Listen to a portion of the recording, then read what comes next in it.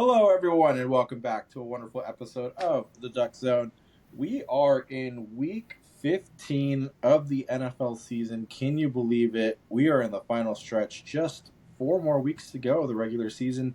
Teams are beginning to punch their ticket into the postseason. We saw the Chiefs clinch a division last week. But, James, I know you got a lot of things that you want to talk about from week 14, so let's jump right on into it before we get to 15. First thing I'm going to say is we're getting pretty lucky with these Thursday night games. It seems like it's like a record this year of how many good Thursday night games we're getting. So, with that being said, the note I wrote down from that game is the Lions gambled on fourth down and it paid off. Yep. They got another win.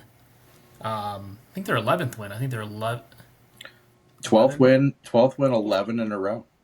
Okay. So there you go. Lions looking like they're still the best team in football right now, offensively and defensively. We saw the Steelers avenge a previous Browns victory. Sorry, Jameis couldn't get not two in a row, but two versus the Steelers. We saw Darnold deliver a career performance, 2 touchdowns to Jefferson, 3 to Addison. That's going to be interesting. I'm interested to see what the Vikings do with Darnold this offseason. I mean, he hasn't really done much to say why shouldn't he be the starter next year. I know you have J.J. McCarthy was drafted to be the starter, but with how Darnold's playing and the chemistry he's building with those receivers, I don't know how you bench him at this point. Yeah, I just want to add to that actually just really fast because it's a fascinating story that's coming out of that because he's not only playing well, he's an MVP candidate. I don't think he's going to win the MVP, but he's going to be up there. I honestly believe this is what I think is going to happen. I think Minnesota is going to tag him. That's a good call. And then Daniel Jones will probably go. J.J. McCarthy will be the backup maybe? They'll give him another year. They'll see how J.J. McCarthy develops being healthy, and then I think they'll make a determination a year later. Yeah, I like that. That's a good prediction. We had some overtakes for first in divisions. Won by the Bucks. The Bucks got the victory. They're now first in the NFC South. We saw Charbonnet dominate the Cardinals, which led to the Seahawks taking over first place.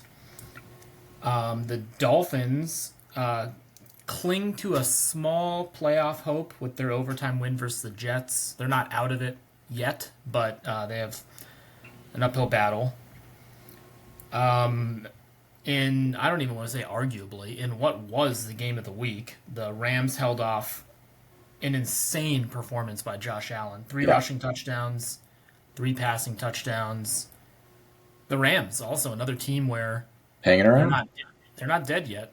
Yeah. And we're seeing that offense is really good. Stafford still has it when everyone's healthy. Puka and Cooper Kupp are right up there with the best 1-2 punch, arguably with probably Jefferson and Addison. Yeah, I agree. As the best 1-2 receiver duo.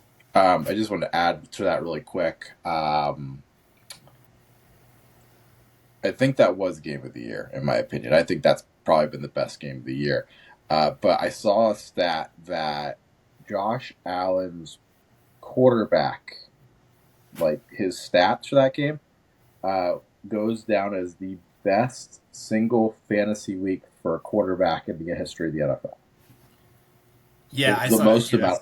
So the most amount. I think it was like in a standard point league. I think it was like 59 points or something like that, or 57. But it's the most ever for a quarterback. He also has more career rushing touchdowns than O.J. Simpson, which is kind of weird to think about. Yeah. And Christian McCaffrey, which is another. I get Christian McCaffrey. Yeah. Basically, has 2 years under his career that he's lost. One with the Panthers. And we'll kind of, this year was a lost year for McCaffrey. I don't know. He even scored. I guess he probably scored a touchdown, maybe 2 when he was back. But But just to think that a quarterback of Allen's, what is Allen, 28, has more career.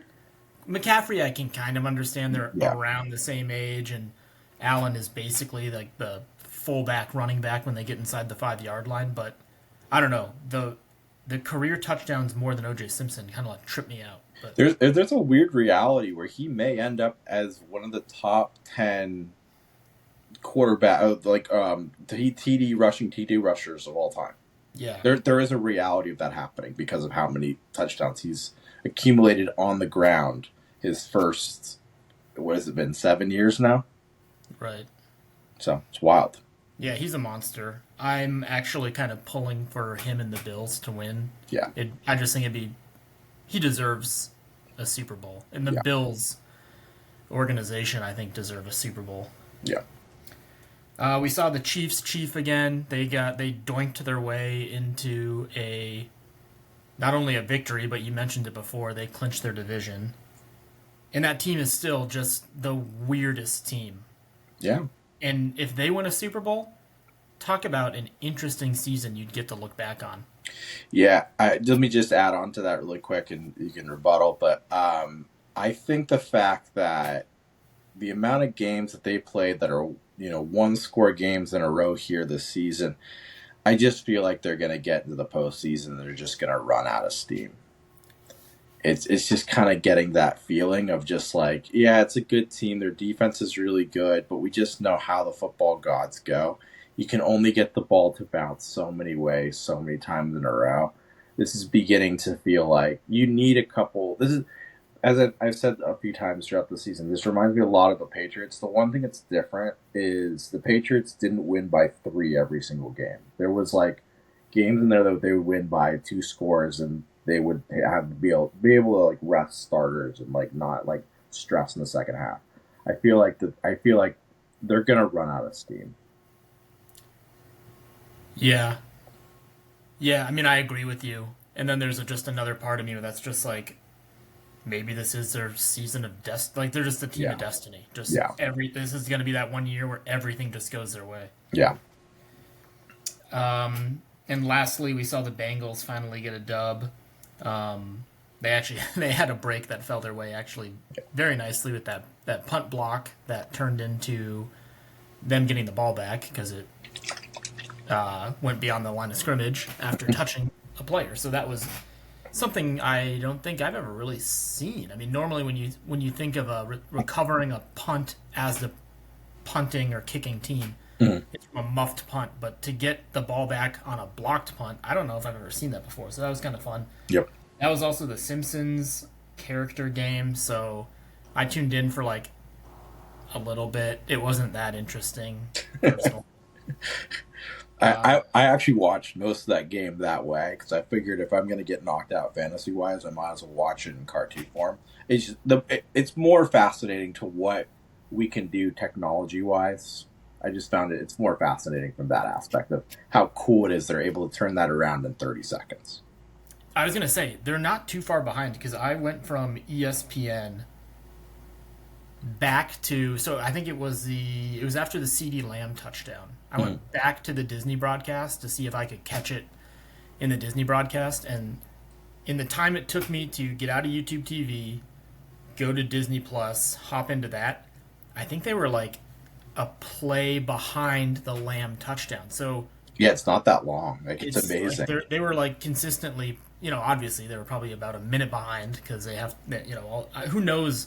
Yeah. I don't even know how they do that. I mean, yeah, I don't know. It's incredible how they, because it's not like the players have like, a bunch of green stickies all over their body or. No, it's really cool, and I love how they do the side by sides, like they like on like TikTok and stuff like that, and they look exactly the same. Just in it's crazy. It's pretty incredible, and give it another 5 to 10 years and watch it be like actually synced up, and they can just be live. I know, it's wild. It's actually kind of scary in a way. Oh, you know what? I have a bonus note. Yeah. I know we're not talking college football, so this is a little merger of college and the NFL, but we did see, would it have been, I guess it would have been yesterday, Bill Belichick to North Carolina, which is interesting. I won't get too much into the details. We can maybe talk, I mean, if it's still pertinent next week before we discuss the playoff games, we can maybe bring it up, or depending maybe who he hires on as his staff. But that was like a rumor that then turned out to be like, oh, actually this is gaining steam to then yesterday it actually happened. I know was it his father who coached at UNC, or was it an alum of UNC? Something. There's some little tie to UNC, but I'm very curious to see where that UNC program goes. Just because Belichick's a name, I don't see why kids wouldn't want to go play for him. Yeah. And Well, then well is this going to be a stepping stone to get back into the NFL for him? so here's my thought with it really quick. We'll just talk about it really fast. Because it is kind of NFL. It is a kind of a mixture thing, and it is a hot topic right now. Here's my thing with it. So I've heard that his son is going to be on the coaching staff, and this is going to be a way to get his son a head coaching job. It's almost going to be like weird one, the weird looking son with the mullet. I think so. It's like a passing of the torch type thing. Okay. And then the other thing that I believe, I haven't really heard this anywhere else, but this is what I believe. I think he's seen what Dion has done at Colorado, where he's basically just said, I don't care about recruiting. I'm just going to use the portal. I think Belichick's going to do something similar at North Carolina, and he's just going to go and get a whole bunch of juniors and seniors and basically pitch them, hey, you're not going to be drafted. I'll get you drafted here. Or, hey, you're going to be a fifth-round draft pick. I'll get you to a spot where teams will be like, hey, this guy's not a second-rounder. I think he's not going to like be talking to seven, because that doesn't make any sense. I can't see Belichick going into a 17-year-old's living room. I can't see that happening. I think he's just going to live with the portal, kind of treat it like free agency, because it is kind of free agency. And he's just going to put together and I think he's also sitting there saying, it's North Carolina. They've been bad for a while. So if I go 6-6 here, I just can kind of say, hey, you guys have always been bad. But if he's able to take North Carolina, bring a whole bunch of transfers in, because he can say, hey, I'm going to just get you for a year and elevate you. He can put together a team probably for a year or two. And if he can get that team into the playoff, or at least into the ACC championship, which we know the ACC is not a powerhouse at all, he looks really good as a coach. Yeah. I think the big thing, too, is a 12-team playoff, just because, obviously, with 12 teams rather than 4, you have a much higher opportunity and much higher percentage to get there. So yeah. I think I've also heard he's, early 70s at this point, 72, I believe.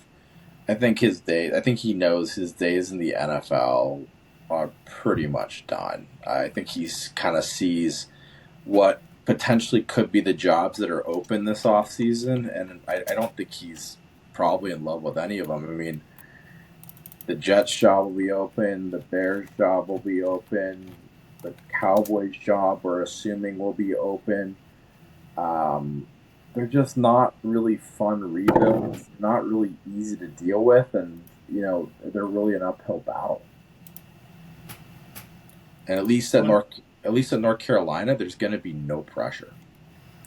Yeah, and fun fact, Mac Brown was 73. Yeah. Bill Belichick 72. Okay. So yeah. I'm not even gonna say they got young. I mean, they got younger, but it's kind of funny that they didn't go for like a young head coach. They're kind of just leaning into the name Bill Belichick. So it'll be interesting. I guess the thing that'll be the most interesting with that will be the next few months. As I said, how hard does he hit the transfer portal? Does he bring in? Is it going to be like a Dion situation where next year's roster is 50 guys that are transfers? Could be, and if that's the case, they're a team probably to look out for. So it might be an entire NFL coaching staff too if he brings in like Matt Patricia and it could very well be. I mean, Josh McDaniels doesn't have a job. I was about to say that. Yeah, he's on. So, like you said, Steve Belichick, his son was on his staff just 2 years ago, 3 years ago, and I think that's how he's going to pitch transfers. He's going to be like, "Hey, you just need to come here for 1 year, and I'll get you the NFL because we're going to run an NFL style offense, and we're going to do all this. So you're going to have a year ahead of everyone else." Right. That's what I think. Yeah, I'm curious to see if there's any transfer quarterbacks who are just like, "I'm going to play for Bill." Well, there's a bunch. We know that. I mean, Miller Moss is one from US. I mean, there's a bunch in the transfer portal. I bet that's how it goes. That said, should we jump into Week 15? Let's do it. Let's do it. All right. We'll start with the Thursday night game. And as you said, I think this is going to be a good Thursday night game as well, as we've been pretty spoiled with good Amazon games this year. The Rams heading up to San Francisco. Important for both teams in a division that still seems pretty open with Seattle ahead of everyone else. So Niners looked really good last week. The Rams looked better. Yep. I'm taking the Rams here on the road. I just think another injury went down for the Niners. They lost Yeah. Guarendo. They might be starting Patrick Taylor at running back. It doesn't seem like it really matters who's at running back because everyone is eating in that offense. And when I say eating, like the running backs are doing well. Like we saw Jordan Mason have a good year before he went down. McCaffrey, I'm not going to count, but we know McCaffrey's good. Guarendo is looked pretty good as a rookie. So who's to say Patrick Taylor can't just go in and run the ball well? Unfortunately, I just don't think that when you start getting down into like fourth, fifth, sixth option, it's like, oh my god, how far down can you go? So I know the Niners looked good last week, and just the name brand Niners are gonna attract an eye. But I just think the Rams team is playing better right now, and they got a better win last week with the Bills coming in. So I'm taking the Rams on the road. So I'm actually going to take the Niners for reasons of what happened the week before. The Rams played Buffalo. It was a great game, but they had to use every bit of energy, all four quarters, to get that victory. And the Niners pretty much won the game against Chicago at halftime. So they were kind of able to put the at least the car in cruise control for the second half with a quick turnaround. I think that's going to help. I think the Rams come in a little bit sluggish just because of how much energy they had, got exposed to on Sunday. Well, the Niners really didn't have to put too much energy into that second half.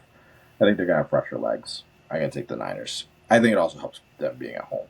So we'll move to Sunday. Kansas City going into Cleveland. Kansas City probably going to continue their ways. Yeah, we always talk about why we think the Chiefs are going to win, how you don't bet against Mahomes, ball bounces their way. I'm just picking the Chiefs. Yeah, I got the Chiefs as well. Hard not to take them. Cincinnati heading to Tennessee. I like the Bengals in this one. Their offense is still really good. Their defense looked a tad better. Granted, it was against Dallas and Cooper Rush, but I still think the Bengals pull this one out. Titans, I don't know. They're the Titans. They should start tanking for a good pick. So I like the Bengals. Yeah, I'm going to take the Bengals as well. I was really surprised how bad Tennessee played last week against Jacksonville. That was surprising. Only able to put up 6 points. Washington heading down to New Orleans. Carr is out. I'm guessing Spencer Rattler's back in on that one. Yeah, it's either going to be Rattler or is it Jake Hayner? Oh, yeah. He got some snaps. Yeah. I don't think it matters. Jaden Daniels and the Commanders win this one on the road. Yeah, I agree. I don't think that one's going to be very close. Baltimore heading into New York to play the Giants. Another quarterback going down.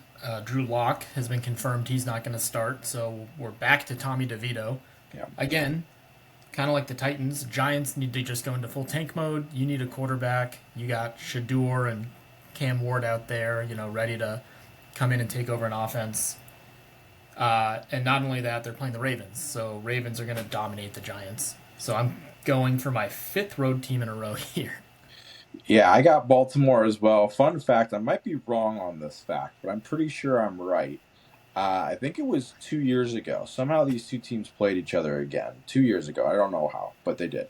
And the reason why I bring this up is I had built Baltimore as my fantasy defense, and Baltimore held the Giants to 7 total passing yards.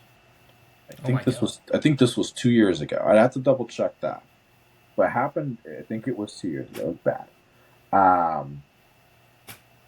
I think they'll get more than 7 yards this game. You'd hope. That's a good bet. Yeah. Dallas going to Carolina. I like the Panthers here. I'm just not seeing enough out of that Cowboys offense. They have the guys, Ferguson, CeeDee Lamb, Brandon Cooks, but Cooper Rush just isn't doing it. Their defense is also just in shambles. It's kind of funny. After that game ended on Monday, Micah Parsons, he was pissed. He just stormed out. There's just not a lot going on in Dallas that's good right now. So I like that young Panthers team Yep. to pull off the victory at home. Yep. I got Carolina as well. This is the first time Carolina's been favored in a game in 2 years. It's Oh amazing. wow. Jets heading down to Jacksonville. This is definitely a game for seeding in the draft. Yeah, I don't have anything to say about this game. It's not going to be a good game, but I'm picking the Jets to win because Aaron Rodgers finally threw for over 300 yards last week. So he's got Wilson, he's got Adams, maybe Brees Hall's back. To me, that's much better than anything the Jaguars have. So I'm going to go with the Jets. I'm literally taking the Jaguars just from the aspect of they seem to always screw up their own draft pick and they start winning late in the season. They won last week. I see them going on a weird run here where they pick up 3 or 4 wins and everyone's going to be like, well, now you're drafting 10 and you can't help your team. Fun fact about the Jaguars. I saw this on Twitter today. So Cam Rising, the quarterback at Utah, I think did he enter the transfer portal? No, I'm not quite sure. It doesn't matter. Yeah, Anyways, yeah. Cam Rising's going back for his 7th year of college. Yeah, He was in the same high school class as Trevor Lawrence, that's wild. and he's going to be in college next year. That's just wild. All right, Miami heading to Houston. This actually could be a decent game. The Dolphins are looking better. There's no weather the Dolphins have to worry about, so maybe their offense might actually be humming. No cold weather. I'm still taking the Texans. I know Stroud's kind of had a rough year. Texans, I still think, can be pretty good. I mean, they got the playmakers. You know, Mixon's having an unbelievable year. Nico Collins is back and fully healthy. So I like this Texans team. Yeah, I'm going to take Houston as well. Like them. Miami's still kind of like back and forth. They seem to be. It's just not their year for me. I know they're in the hunt, but I don't know. Yeah, I'll take Houston. Going to the afternoon games, and I think this is a great afternoon slate in my opinion. Indianapolis heading to Denver. Both teams coming off the bye. Yeah, so Broncos are home. Bo Nix and defense. That's the 3 keys for me. So I'm taking the Broncos at home. Yeah, I don't have too much to add. I'm going to take Denver as well. Buffalo, this is, in my opinion, could be a Super Bowl preview, and this would be a hell of a Super Bowl preview. 2 hungers fan bases out there. Buffalo heading to Detroit. Yeah, I'm literally taking the Lions because it's them at home. I mean, it doesn't seem to matter the Lions win on the road or at home, but if they were playing at Buffalo, I think I'd kind of lean more to Buffalo. But just the fact that it's in the dome, Lions crowd is going to be raucous. There's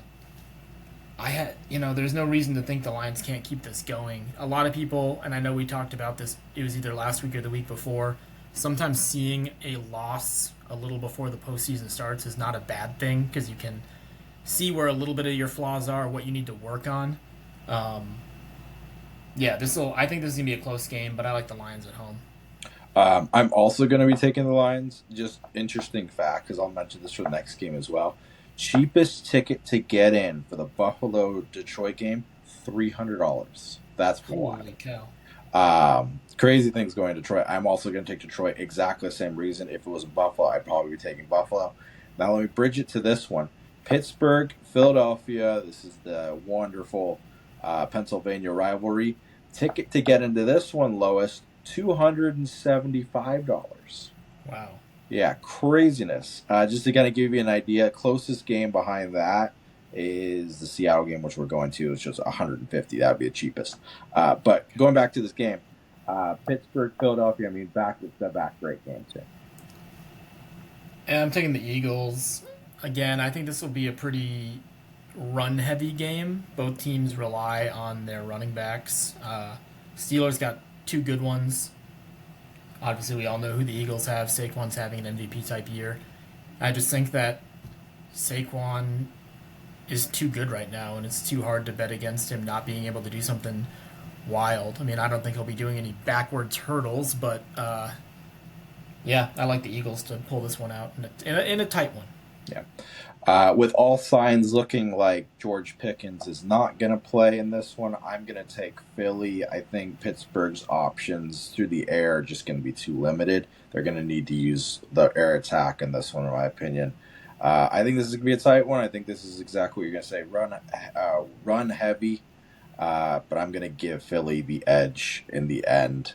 Um, Pittsburgh's kind of missing their big vertical threat to really open up the offense. New England heading down to Arizona. Yeah, so the Cardinals have reeled off like three losses in a row right now, and I know a lot of Cardinals fans are kind of in the dumps, especially with where they were 3 weeks ago before they went on this three game losing streak. But I still think they're ahead of schedule from where technically they should be in this division. And luckily they get the Patriots this week, so I think they get back into the win column. Kyler kind of breaks out. He's had a rough little stretch of bad decision making and throwing a bunch of picks. So yeah, I like the Cardinals to win this. It's the Patriots, and yeah, they've looked all right. Drake May looks like the quarterback of the future, but they're not really figuring out how to win football games quite yet. Yeah, I'm going to take Arizona too. I don't have too much to add towards that at this point. Um, Two other teams that are, flirting with the playoffs here and looking pretty good. Tampa Bay heading to LA to play the Chargers. This one was tough for me. I really wanted to take the Bucks because of Baker, and the Chargers secondary has actually been kind of shaky. But overall, that Chargers defense is pretty good. So I'm going to take them, especially because it's an East Coast team having to travel all the way across the U.S. So I'm taking the Chargers at home. Yeah, I'm going to take the Chargers as well. Yeah, as you said, it could go either way on this one, but I'm going to take LA. I've been on their bandwagon kind of all year, so I'm gonna stick with that. Um, Great Sunday night football game here. Green Bay heading to Seattle. Who do you got in the Sunday night matchup? I'm taking the Packers on the road. Seattle's a weird team. They have stretches where they look really good and their defense looks all right, and then they have stretches where I don't know, they just seem like they're absent. DK Metcalf's been hasn't been really balling out. I mean, Smith and Jigba seems like he's like their number one receiver now. Yeah, I think this matchup hinges on if Walker can play. I know Charbonnet is coming off a huge game against Arizona, but I think the Packers just have a little too much firepower for Seattle to handle, and I think the Packers can go in there and win on the road. So I'm picking the Packers. yeah. I circled Seattle. I think I like Green Bay more, but for whatever reason, when I made my picks, I took Seattle, so I'm going to keep with that. This is probably going to go either way. I probably took Seattle purely for the fact that it's in Seattle. I think that fan base is going to be humming now that they're in first place and really have a playoff possibility. But Seattle's been one of those teams where, kind of like the Rams, kind of Jekyll and Hyde. Some weeks they look really good, like a playoff team, and some weeks they look like one of the worst teams in the league. You just don't know what you're going to get. But I'm going to take Seattle and hope for the best in that one because I could honestly see Josh Jacobs running all over that Seattle defense. I could see it happening. Moving to the Monday night games. First, we got two. First one's going to be Chicago heading into Minnesota.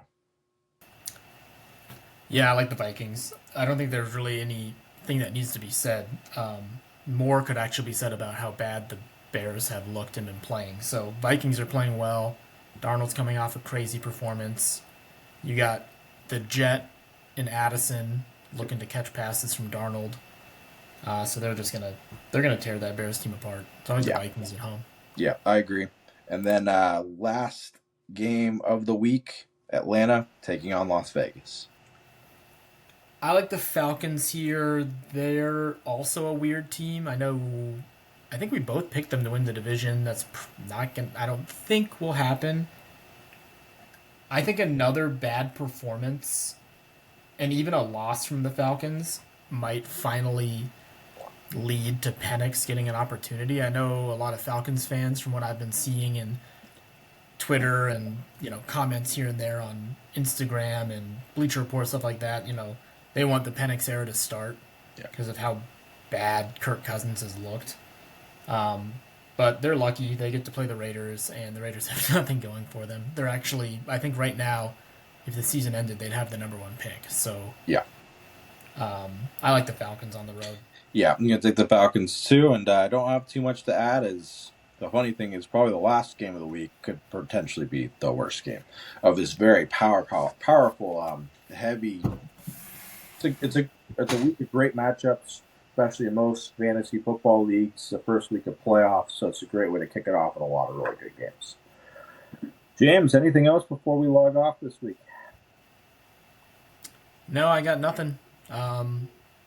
Yeah, nothing really to say. Just continued split episodes, obviously, between NFL and college football. So Yep. I'm actually looking more forward to next week when we can talk college football. Yeah, it's going to be exciting, and until then, I don't have anything to add. So keep an eye on the channel, guys. We'll be back early next week with our college football playoff picks, first round, and of course our reaction to Week 15 and everything Week 16. Till then, I'll see you then.